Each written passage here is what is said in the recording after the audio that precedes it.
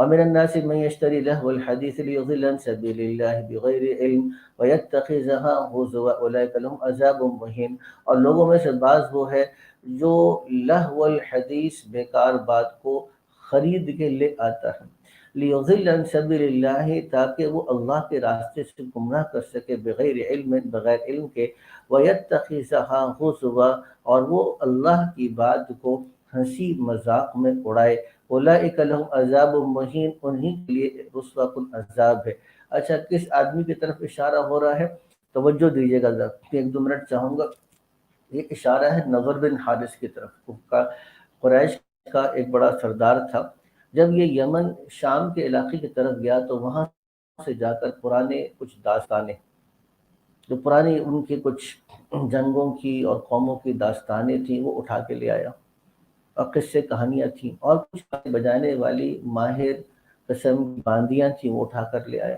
اور جس آدمی کو دیکھتا کہ اس پر قرآن اثر کر رہا ہے تو وہ کہتا کہ دیکھو میرے پاس آؤ، میرے پاس قرآن سے بہتر قصے کہانیاں موجود ہیں، میں تم کو یہ سناتا ہوں۔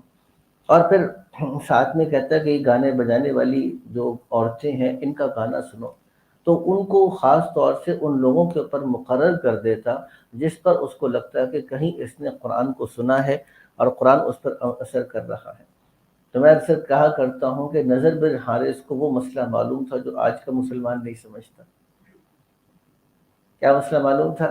نضر بن حارث کو یہ مسئلہ معلوم تھا کہ گانا بجانا اور یہ ساری چیزیں اگر میں کسی آدمی پہ کروں گا تو قرآن کا اثر کیا ہو جائے گا؟ زائل ہو جائے گا۔ اور آج مسلمان کیا کہتا ہے؟ یہ تو روح کی غذا ہے، لہذا یہ تو روح کی غذا ہے، نعوذ باللہ من ذالک، یہ سارا گانا بجانا روح کی غذا کیسے ہو سکتا ہے؟ اسی لیے عبداللہ بن مسعود رضی اللہ تعالیٰ عنہ فرماتے ہیں کہ یہاں پہ لہو الحدیث، لہو کہتے ہیں تماشے کو، اور حدیث کا مطلب ہے بات کا، تو لہو الحدیث کا مطلب بنے گا ایسی بات جس میں کھیل تماشا ہو، یعنی کھیل تماشے کی بات۔ تو جو کھیل تماشے کی بات ہے، عبداللہ بن مسعود نے 3 دفعہ رضی اللہ تعالیٰ قسم کھا کے کہا واللہ هو الغنا، واللہ هو الغنا، واللہ هو الغنا، اللہ کی قسم یہ غنا ہے، اللہ کی قسم یہ غنا ہے، اللہ کی قسم یہ غنا ہے۔ اس سلسلے میں ایک دو احادیث ہیں جو میں آپ حضرات کو سنانا چاہتا ہوں، ایک دو احادیث میں چاہتا ہوں کہ آپ حضرات کو اس میں سنانوں۔ البتہ احادیث تو بہت ساری ہیں، لیکن صرف اس چیز کو بیان کرنے کے لیے کہ موسیقی کی حرمت کس طریقے سے احادیث میں آئی ہے، اس کے لیے میں تھوڑا سا چند آپ کو احادیث سنا دیتا ہوں۔ ایک تو اللہ کے نبی نے ارشاد میں کہ لَيَشْرِبَنَّ أُنَاسٌ مِّنْ أُمَّتِي الْخَمْرَ، کہ میری امت میں بعض لوگ ایسے ہوں گے جو شراب پئیں گے، یُسَمُّونَهَا بِغَيْرِ اسْمِهَا، لیکن اس کا نام بدل دیں گے۔ کیا کر دیں گے؟ نام بدل دیں گے۔ وَتُضْرَبُ عَلَىٰ رُؤُوسِهِمُ الْمَعَازِفُ، اور ان کے سروں کے اوپر گانے بجانے کے آلات بجائے جائیں گے۔ يَخْسِفُ اللَّهُ بِهِمُ الْأَرْضَ، ان کا قصور کیا ہے؟ ان کا قصور یہ ہے شرابیں پیتے ہیں اور ان کے اوپر گانے بجانے کے آلات بجائے جاتے ہیں، گانے بجانے کے اندر مشغول ہوتے ہیں، اللہ ان کو زمین میں دھنسا دے گا۔ ایک وَيَجْعَلْ مِنْهُمْ قِرَدَةً وَخَنَازِيرَ، اور اللہ ان کو بندر اور خنزیر بنا دے گا۔ اگلی روایت آ رہی ہے، اس کو بھی سن لیجیے گا۔ حضور نے ارشاد فرمایا کہ میری امت میں سے ایک قوم کو آخری زمانے میں ان کے چہرے بدل دیے جائیں گے، بندر اور خنزیر بنا دیے جائیں گے۔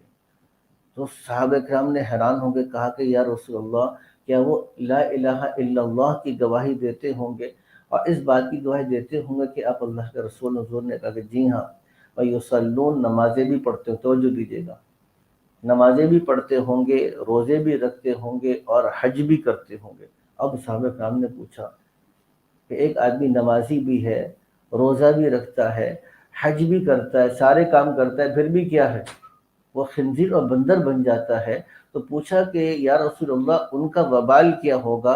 تو کہا کہ اتخذ المعازف والقینات والدفوف، کہا کہ وہ معازف گانے بجانے کے آلات کو اختیار کریں گے، والقینات گانے بجانے کی عورتیں اس میں مشغول ہو جائیں گے، والدفوف اور دف ان پر بجے گی، وَيَشْرَبُونَ هَذِهِ الْأَشْرِبَةَ، اور یہ حرام جو مشروبات ہیں شراب وغیرہ وہ پئیں گے، فباتوا علی لہوہم مشرابہم فاصبحوا قردۃ خنازیر، تو وہ رات گزاریں گے اپنے اسی لہو و لعب کے اندر، اسی مجلسوں کے اندر گانے بجانے کی صورتوں میں یہ رات گزاریں گے، اور اس حال میں صبح کریں گے کہ وہ صبح کے وقت میں بندر اور خنزیر بن چکے ہوں گے۔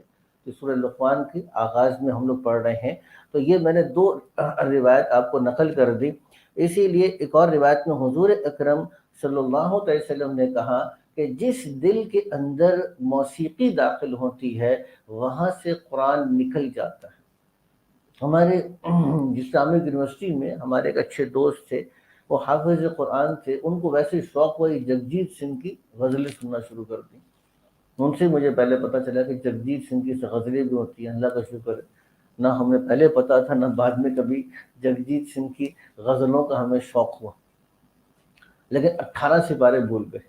ایک جگہ میں نے حفظ سیکشن میں ایک صاحب نے کو بیان کیا، تو اس میں وہ استاد کہنے لگے کہ میرا تجربہ یہ ہے کہ جو بچہ حفظ میں نہ چل رہا ہو اس کے بارے میں پتہ کرو، تو پتہ ہی چلتا ہے کہ یا تو ٹی وی ڈرامے دیکھتے ہیں یا گانے بجانے سنتے ہیں، تو جب گانے بجانے سنیں گے قرآن نہیں آئے گا، یہ بات طے شدہ ہے۔ تو اکثر ہمارے نمازوں کے اندر مناجات اور وہ لذت نہیں ہے۔ کیوں لذت نہیں ہے؟ وہ سب سے بڑی بات اس وقت کا جو بہت بڑا فتنہ ایک ایڈورٹیزمنٹس ہے تو موسیقی کے ساتھ، اور پھر باقی چیزیں ساری چیزوں کے اندر موسیقی اس کے اندر موجود ہے، تو پھر ظاہر سی بات ہے جب یہ چیزیں ہوں گی تو یہ لہو الحدیث اس کو کھا۔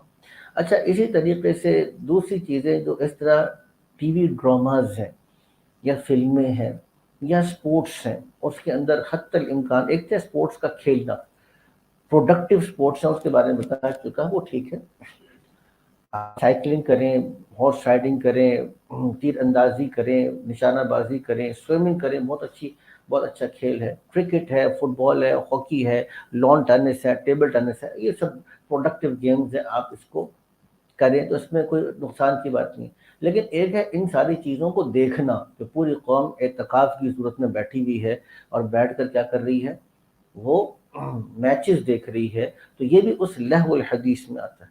تو میں نے جب یہ کرکٹ میچ کی زیادہ نفی کی تو بعض لوگ وہ تھے جنہوں نے دیکھنا ہمارے بیان میں آنا چھوڑ دیا، اور کہا کہ مولوی صاحب کرکٹ کی نفی کرتے ہیں اس لیے ہم ان کے بیان نہیں سنیں گے۔ میں نے کہا نہیں سنا نہ سنو، لیکن اللہ کا شکر ہے الحمدللہ ہم اس چیز کو بیان کریں گے تو یہ لغویات میں سے ہے۔ یہ اولمپکس ہو رہے ہیں، پتہ نہیں کیا کچھ کروڑ اربوں روپے اس کے اوپر لگ رہے ہیں، اب اس کو آپ انٹرٹینمنٹ سمجھتے ہیں، یہ ناجائز انٹرٹینمنٹ ہے، یہ اتنا وقت اپنا اس کے اوپر لگانا یہ ناجائز انٹرٹینمنٹ ہے۔ تو یہ لہو الحدیث میں یہ ساری چیزیں داخل ہو گئیں۔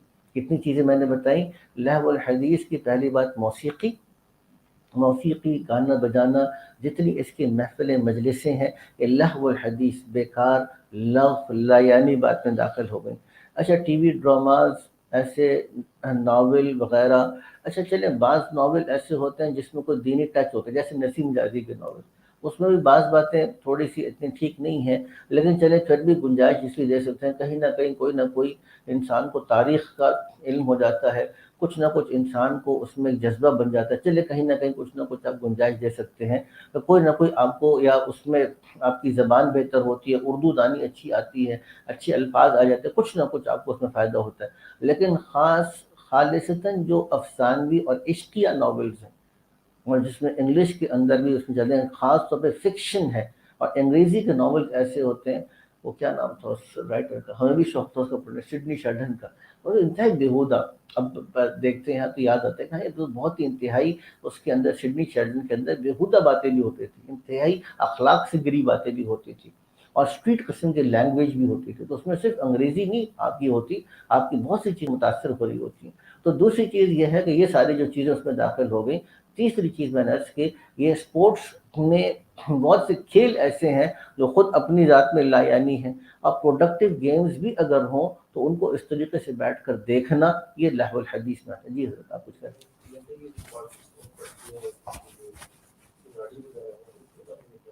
اس میں کھلاڑی،